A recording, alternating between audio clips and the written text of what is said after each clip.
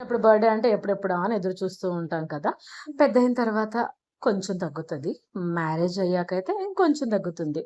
ఇంకా కిడ్సొచ్చిన తర్వాత చెప్తారా? అసలు ఇంట్రెస్టే ఉండకుండా పోతుంది కదా!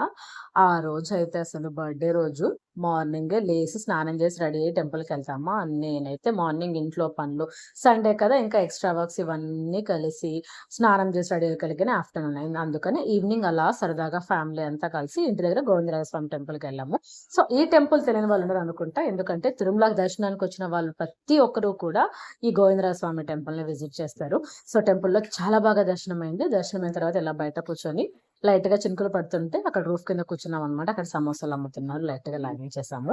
సో, ఆ తర్వాతేమంటే నేను ఇంకా కేక్ అవి తీసుకొని అమ్మ వాళ్ళ ఇంటికెళ్ళాము. అమ్మ వాళ్ళ ఇంటికెళ్ళిన తర్వాత వెళ్ళేటప్పుడు దారిలోనే కేక్ అవి తీసుకెళ్ళామనమాట. ఫస్ట్ టైమ్ కూల్ కేక్ తీసుకున్నాము.